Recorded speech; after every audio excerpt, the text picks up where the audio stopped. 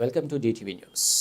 మహబూబాబాద్ జిల్లా పెద్దవంగర మండలం కేంద్రంలో తపాలా శాఖలో 43 సంవత్సరాల 5 నెలల పనిచేసి పదవి విరమణ పొందిన తర్వాత తన కూతురు పిల్లలు హైదరాబాద్ మహానగరమందు చదువుకుంటున్న సందర్భంలో వారికి సహాయముగా నిలబడి పూర్తిగా 10 మందిలో తిరిగిన వాడిని ఎటు పోలేక రాలేక ఒక 15 రోజులు ఉండేసరికి ఒక పెద్ద పేషెంట్ల తయారయ్యి బజారు తిరిగి ఈ సందర్భంలో ఒక 30 సంవత్సరాల క్రితం పెద్దవంగర గ్రామంలో చదువుకున్న అబ్బాయి కలిసి ఎందుకు